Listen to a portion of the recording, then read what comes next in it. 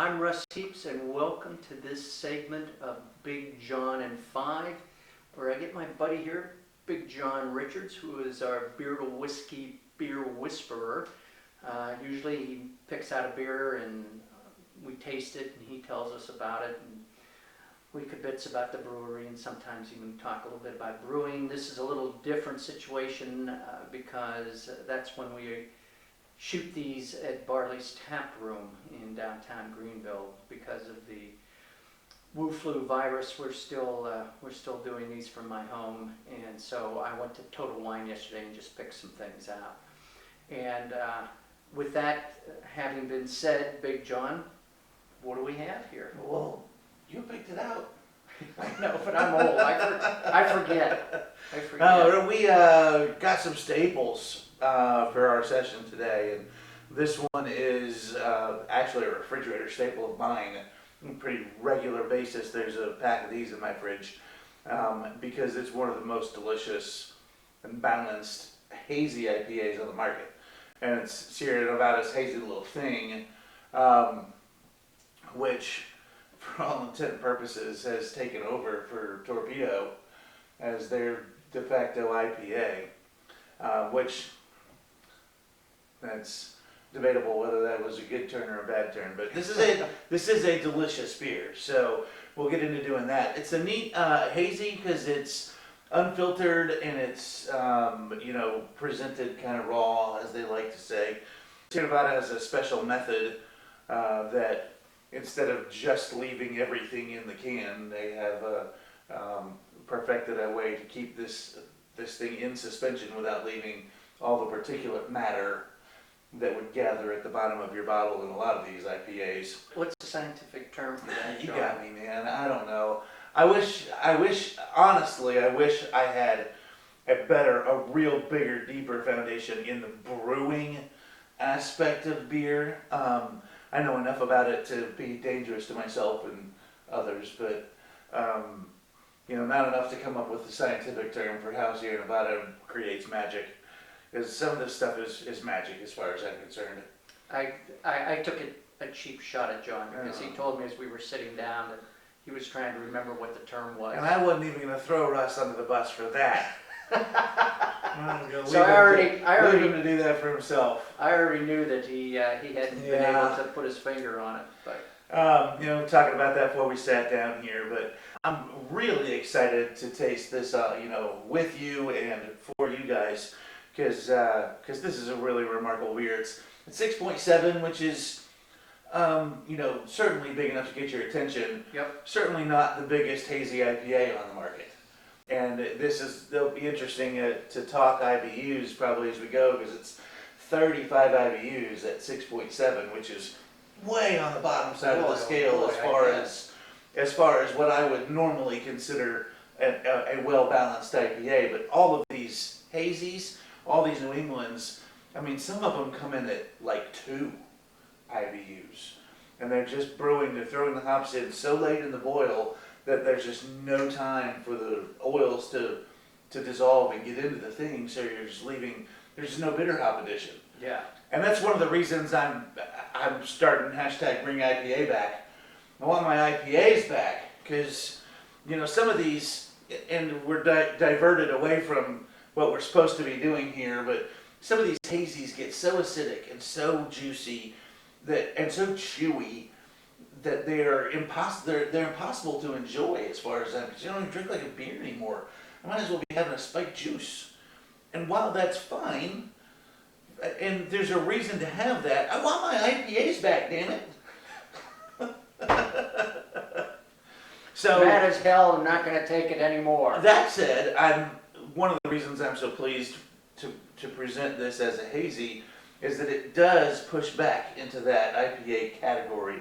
It doesn't just drink like a milkshake, it still drinks like an IPA. You still get the bite, you still get the oomph of the IPA, the backbone, right, if you will, while really knocking the edge off the harsh bitterness and some of the things that turn people off. So great intro, great middle of the road beer, great bring you into the fold of IPA's beer too. And kind of a cool name. Great little name, yeah. Hazy Little Thing. Right. Here's a little thing called beer. Yeah, there you go. There you go.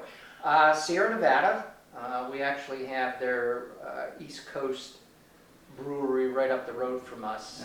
It is very much cathedral. Yeah, between here and Asheville, and yeah, it's quite the monument to beer brewing. It's a destination in itself. So, if the spirit ever moves you to get to the Asheville area, as a beer drinker, you should.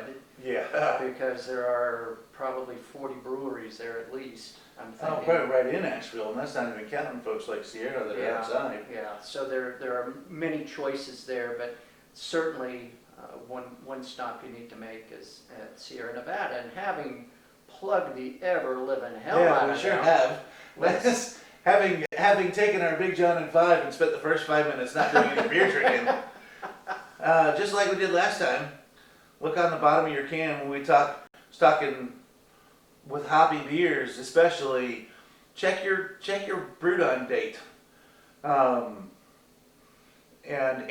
just make sure that you're getting something that's fresh. You know, Budweiser's not wrong when they say fresh beer is better, especially with hoppy beers like this. The fresher they are, the more those original intended hop flavors are going to pop out. well, this is not one of the beers that I bought on my Total Wine run yesterday. Oh, is that right? These have been sitting in my refrigerator. Well, in fact, they were in my cooler for about 2 weeks before. I'm in the middle of remodeling my kitchen.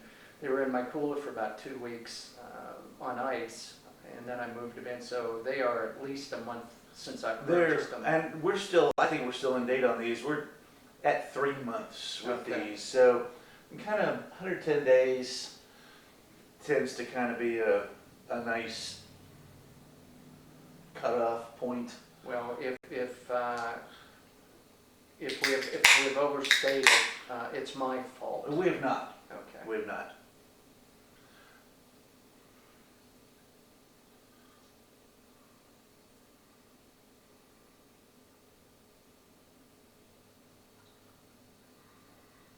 And as we have a little silence there, don't be afraid. In fact, I encourage you to pour your beer hard enough to get a nice couple of fingers of foam on the top of that. A lot of bottled and canned beer comes off kind of hot from the carbonation level. So when you pour and push some of that carbonation out, not only does it throw all the aroma compounds out into your head and help hold them in so you get them in your nose, it releases some of the held in bubbles, which is a large part of the reason why you feel full when you're drinking beer, because it hasn't been poured properly. It's still too much carbonation stuck in the beer. So don't be afraid. In fact, chastise your friends when they don't. Yeah, which he sort of did in a very passive-aggressive way. It's not passive aggressive, it's loving. I'm surprised I didn't get, hey, dumbass, how many times have I told you? Because this isn't the first time I've heard that. Russ did just fine. He just didn't pour it as hard as I did, and I'm always pushing the limit on that anyway. Well, you're a bigger guy than I am. I'm That's a little true. guy, That's so I push it a little harder. I have to All take right, it easy. let's get on with this thing here.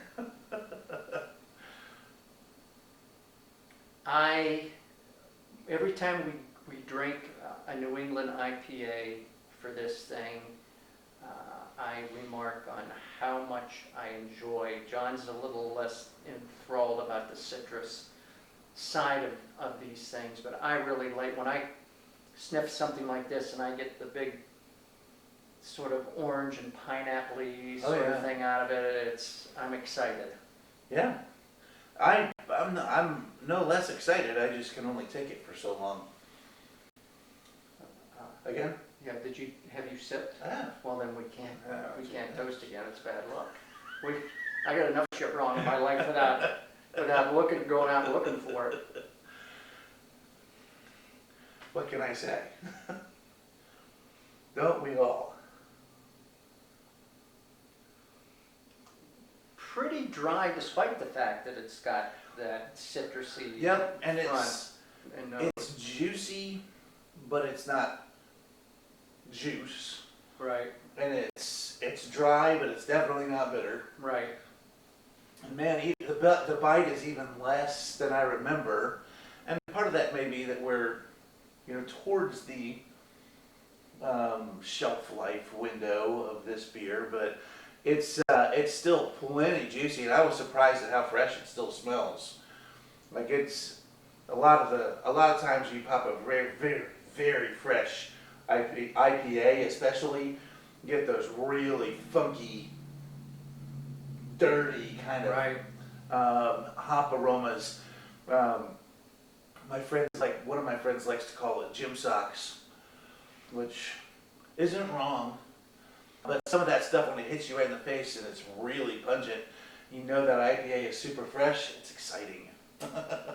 I'm getting something way, way, way back on my tongue in the finish of this that I cannot put my finger on. It's not citrus, it's not... I think there's a little, like a mango or guava, something tropical that's hitting me towards the back end of the taste as it's going through. There's definitely something tropical going on in here. Yeah, And I'm having a hard time putting my finger on it too, but I kind of am leaning towards a mango thing. because as I sit here and let it rest on the back of my tongue, it's just, there's something there. I don't know what it is. Maybe it's more apricot or peach. I like it though. It's very nice, very tasty. That's the thing about this is that there's not one aggressive dominant flavor. One of the things I enjoy about this beer is that I don't get tired of it. Yeah, And that's where I went on that rant about some of these IPAs that, taste like orange juice or taste like pineapple juice or, just hitting you with one thing over and over again. I used to have the same problem with some of the old double IPAs that were just a one-note bitter hop bomb. Why would I come back for another one? This one, and one of the reasons why it has carved out a place in my fridge, is that I sit back and I start drinking it, and I just forget about it. I'm just drinking a beer. It's not that it's not exciting, and it's not that it's not delicious. It's that it is so easy to drink that it just lets you sit down and sort of knock it back. what did you say the IBUs? yeah, no, the 6.7. That's what I thought. Yeah. Wow. And it doesn't, it feels like I'm drinking a 5%er. Yeah. This is one of the most beautifully well-balanced IPAs, hazy or otherwise, on the market. Sierra Nevada's Hazy Little Thing IPA. Yeah. And with Look that, at sir, Russ bringing it home. look at that, sir. Cheers. Text Smith slowly. We'll see you next time.